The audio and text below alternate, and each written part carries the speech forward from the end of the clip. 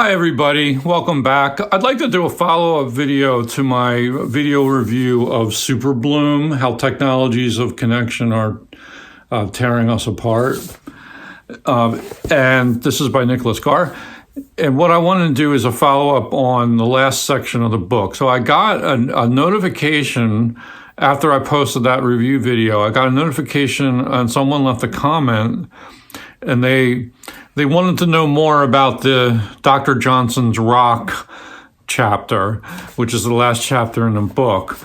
And they were curious as to what that was all about. So I thought, and then I didn't see the video comment appear in the comment section. So I don't know what happened with that. So I apologize to that viewer, or maybe deleted the comment. I don't know what happened with it, but I did see that comment, and I thought this is a good idea to do a little bit of a read along of this sort of last anecdote from the book. And you remember the book starts with California poppies. So Walker Canyon, California, the Superbloom of poppies, which causes this hysteria of social media traffic and people flocking to the flowers to get photo ops. And then the rest of the book I've summarized in the review video, and I wanted to now turn to the end. So just as he opens the book with the anecdote about the poppies, he closes the book with an anecdote, and that's what this Dr. Johnson's Rock is all about. So in this final section of Superbloom, he titles it Excommunication. So let me read this along with you, and we'll make some comments as we go along. So here we go. Excommunication. One Saturday afternoon in the summer of 1763, in the busy English port city of Harwich, Samuel Johnson conducted the most famous scientific experiment ever undertaken by a man of letters. He kicked a rock. Johnson had traveled to the coast from his home in London to see off his friend and future biographer, James Boswell, who was sailing to Holland to study law at the university in Utrecht. As the two men strolled through the city, walking off their midday meal and passing the time until the departure of Boswell's packet boat, their conversation turned to the doctrine of immaterialism, as propounded by George Berkeley, the late Irish prelate and philosopher. Berkeley had argued in his 1710 treatise concerning the principles of knowledge and other works that the world is all in our head. The things that surround us exist only as ideas or sensations in the mind. We bring them into being through our perception of them. Esse est percipi, Berkeley declared. To be is to be perceived. Dr. Johnson, nothing if not pragmatical, found Dean Berkeley's speculations ludicrous. His companion was not quite so dismissive. As the pair paused outside St. Nicholas, Harwich's handsome Anglican church, Boswell suggested to Johnson that Berkeley's argument was an ingenious sophistry. Although it might sound absurd, it was impossible to refute. I never shall forget, Boswell would later recall, the alacrity with which Johnson answered, striking his foot with mighty force against a large stone till he rebounded from it. I refute it thus. To be is to be kickable. So Berkeley, by the way, he's this great idealist philosopher. He did believe that, the reality isn't out there. The material world isn't out there. It's all sensations inside your mind that you're perceiving. Dr. Johnson didn't want to have anything to do with that. All right, continuing on.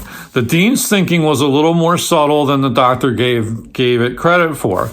Later philosophers would dismiss the appeal to the stone as a logical fallacy.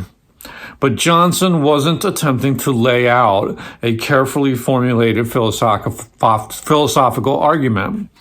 He was offering a visceral demonstration of the world's and the body's indifference to such arguments. A mind can spin all the theories at once, but a foot does not have the luxury of sophistry. It is always in touch, sometimes painfully so, with reality.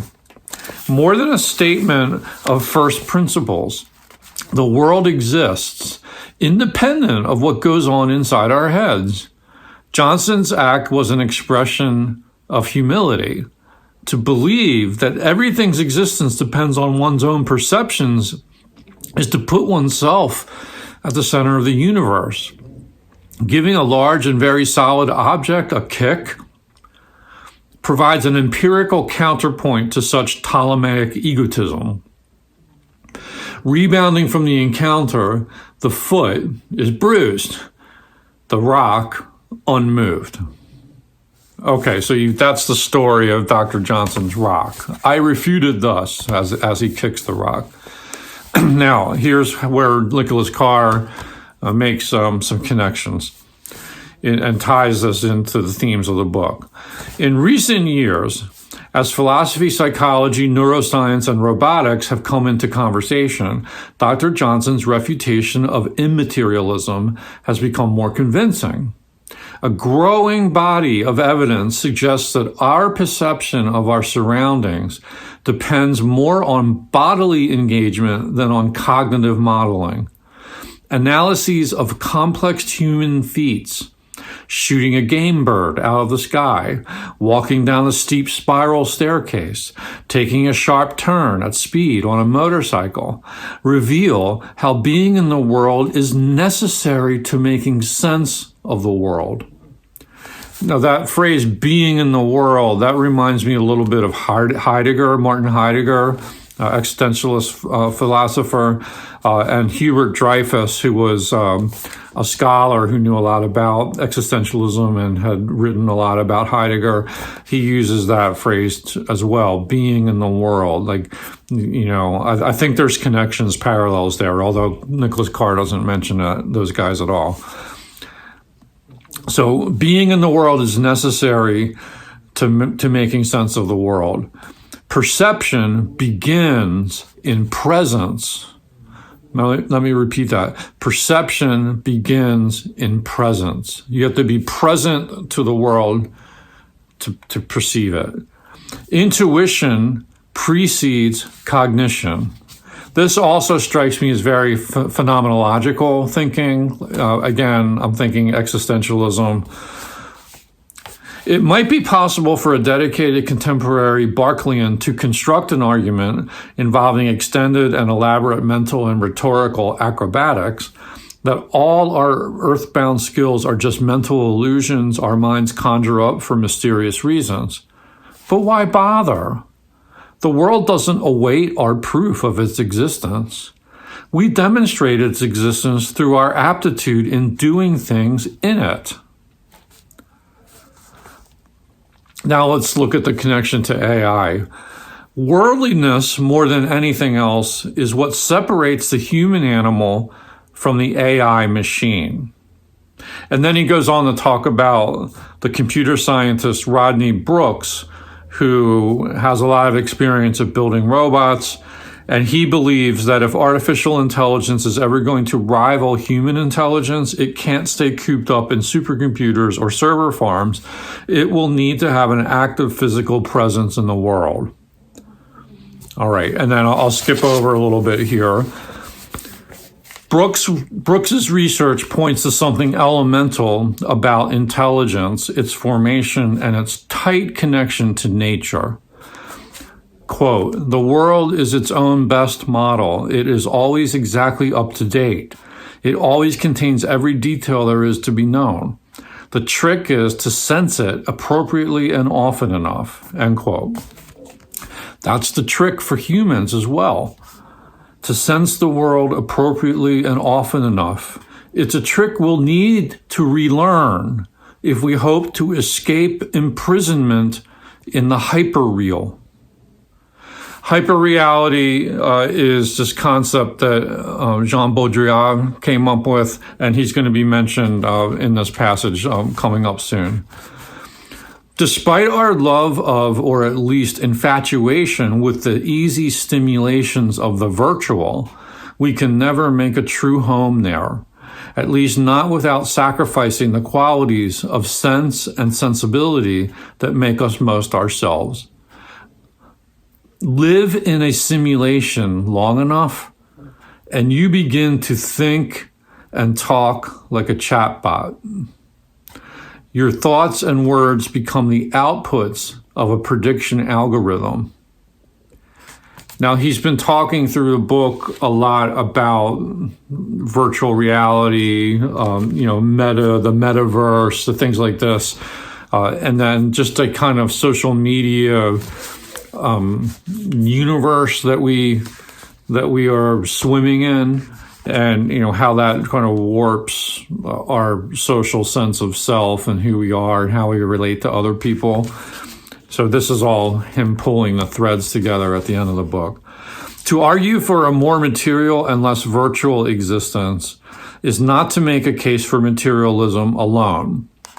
As the ambitions of Andreessen, Zuckerberg, and the other evangelists of virtual reality make clear, it's virtuality that reduces all concerns to the materialistic. Hyperreality is all surface and no depth. Beyond the simulation lies nothing at all, as Baudrillard saw. Any attempt to transcend reality, intellectually, artistically, or spiritually, has to begin from within reality, bounded by constraints of time and space. You can only get beyond the material by going through the material, by suffering and surmounting its frictions. And that becomes harder and harder to accomplish, or even to imagine, the more that life is mediated by mechanisms of communication. The computer is so quick to sense and fulfill our desires that it never allows us the opportunity to examine our desires, to ask ourselves whether what we choose or what is chosen for us is worthy of the choosing. So those value questions, the computer can't answer for us. Last paragraph. Maybe salvation, if that's not too strong a word, lies in personal, willful acts of excommunication, the taking up of positions first as individuals and then perhaps together, not outside of society, but at society's margin, not beyond the reach of the informational flow, but beyond the reach of its liquefying force. Now that's a lot there, but the idea is you excommunicate yourself from all these virtual realities that are so toxic for us, but you can't completely do that, and to just go solo as an individual isn't really enough. You want to have some kind of social togetherness that persists. Maybe you find other people who are similarly excommunicating themselves, and you can find community that way. But you want to live at the margin of all this informational flow and the liquefying force. Now, that is much easier said than done. That is a very hard line to tread. That margin is a difficult, wavering line. And I struggle with this all the time myself. I'm trying to divorce myself, to alienate myself from all that slop, but I also can't be completely divorced from it, or I'm so out of touch that you're basically like, out of orbit. So yeah, easier said than done, but I like the thought. Let's finish it up. The Superbloom gave us a metaphor for the entrancing, fleeting stimulations of the screen. We might borrow Dr. Johnson's rock as a counterweight, an emblem of stability, solidity, resistance. If you don't live by your own code, you'll live by another's. I like the pun on code there. You know, we have to have a code, our own moral code, our own value code, our ethic that we live by, or else we're going to be living by another's literal code, like the algorithms, the robot overlords that are steering us in whatever direction we seem to be heading, which a lot of the time feels like downhill to me. That is the ending of Superbloom. So, commenter, if you're still watching this, I hope that satisfies slakes your thirst for what the little coda of this book was all about. It's a nice way to tie up some of the major themes that Nicholas Carr is striving to show to us in this really nice, fine, new nonfiction volume. So if you haven't gotten a chance to watch my video review of this, I'll leave a link in the show description. That's all for now. I may come back and dip into this book. There's lots of cool ideas that he's very good at digesting, and we'll just pop in with brief videos like this from time to time. Thanks for watching. I hope everybody's doing well. Peace out.